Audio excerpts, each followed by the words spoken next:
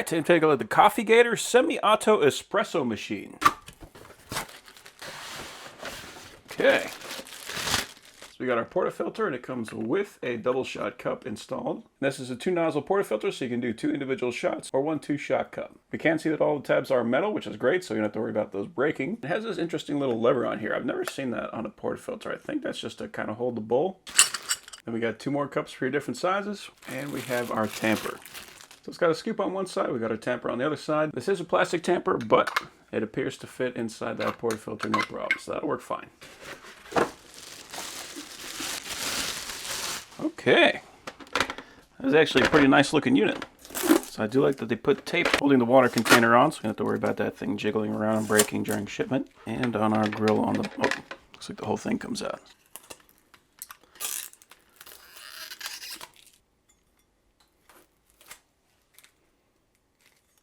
So it's good that they got some to catch spills. Just go ahead and drop that back in.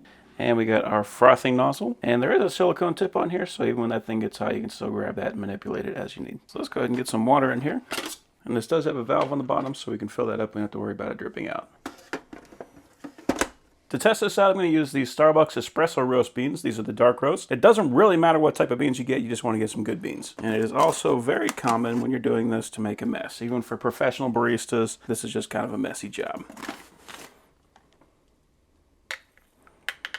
Now when you're doing this, you want to get about 30 pounds approximately. The more pressure you put on the beans, the thicker the espresso. You're also going to get less espresso, but if you put too much pressure on it, it's going to be a bitter taste. If you don't put enough pressure on it, it's going to be a watered down taste. So what we're doing right here is the main thing that's going to affect the actual flavor of the coffee. This is something that can take a long time to master. I'm still not quite a master of it. That's why I usually use something like this. This is a 30-pound measured piston, so every time you press it down, you're going to get consistent press. This one is a 53 millimeter, which is a little bit too big for this portafilter. I think this is a 50 millimeter. So I'm just going to have to go old school and do this by hand. I put in 1 scoop and that looks pretty good. I think I should do a little bit more.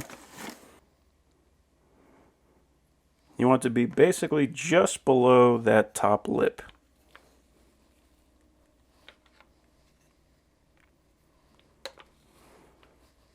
And you want it to be nice and flat. You don't want to have ridges. You don't want to have powder or anything like that. You want to have everything a nice flat puck. I think that's going to be good. So let's test that and see what we get. Stick it in and give it a rotate.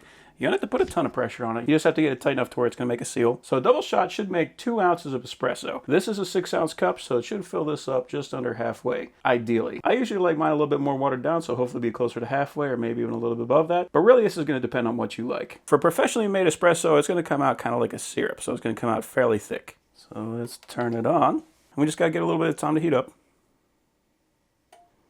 Okay, so it's ready to go. And now I'll flip this guy forward.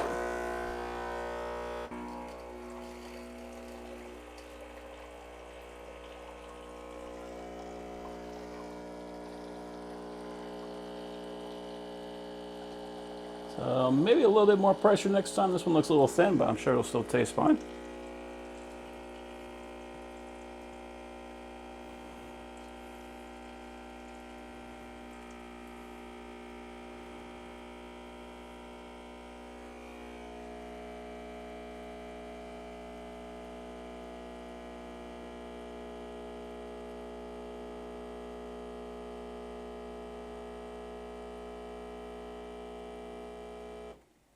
Okay, cool. So it does turn off automatically.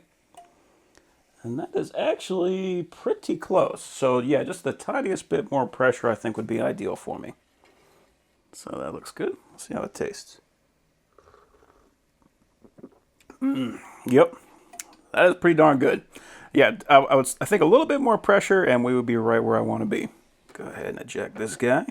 And this is where we use a knock box. So a knock box is just a thing that you can use to put your coffee grounds in. I think that's probably what this finger is. So it's going to hold that cup as I eject that coffee. Yeah, so that was a little thin. That's okay. I know that for the future. So let's froth some milk. On the top, we got 2 buttons. We got water and we got steam. We want to use steam. So both of those are going to use the frothing nozzle. You're supposed to use whole milk. You can use whatever the heck you want. I'm using 2% just because that's what I got on hand. Whole milk is going to give you a lot better mouthfeel. It's going to give you that thicker consistency. It's going to make it so that it sits on top of the espresso a little bit better so you can get that nice art. But this is what we're using today. You want to make sure you got a rag on hand because you want to clean this thing off before and after every time you use it. So I'm going to rotate this dial to steam. There we go. So you can see we purged out some of the water and we are now on steam. So now I'm going to put the nozzle just under the milk, and I'm going to give it a slight rotation so that way it will create that swirl effect. We want to inject air into the milk, so that's going to help it froth up, and the way we do that is we're going to pull the nozzle so it's just barely underneath the surface of the milk, and when we're done injecting air we can bring it back up so that it will just steam and heat up the milk.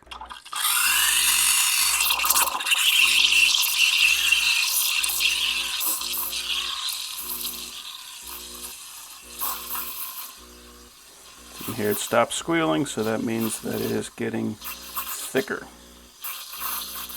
We got a lot of bubbles in there, but a lot of that has to do with the type of milk I'm using.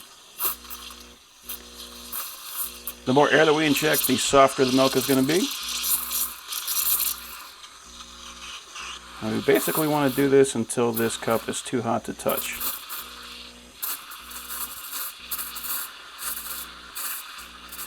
Alright, so we're good right about there. I'm just going to let this guy run until it gets hot. And we can see that we increased the total volume of the milk quite a bit because we injected that air. Okay, so we are getting hot. Shut that off. Pull it out.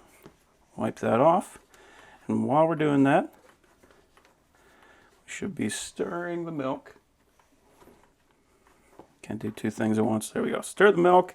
We want to try to get bubbles out so you can tap it. Stir, tap, and then we can pour. This coffee is a little bit high, but that's all right. We want to try and get it down. Yeah, it's at 2% milk. That's okay. Whoop. So kind of messy, but that's all right. So let's see how that tastes.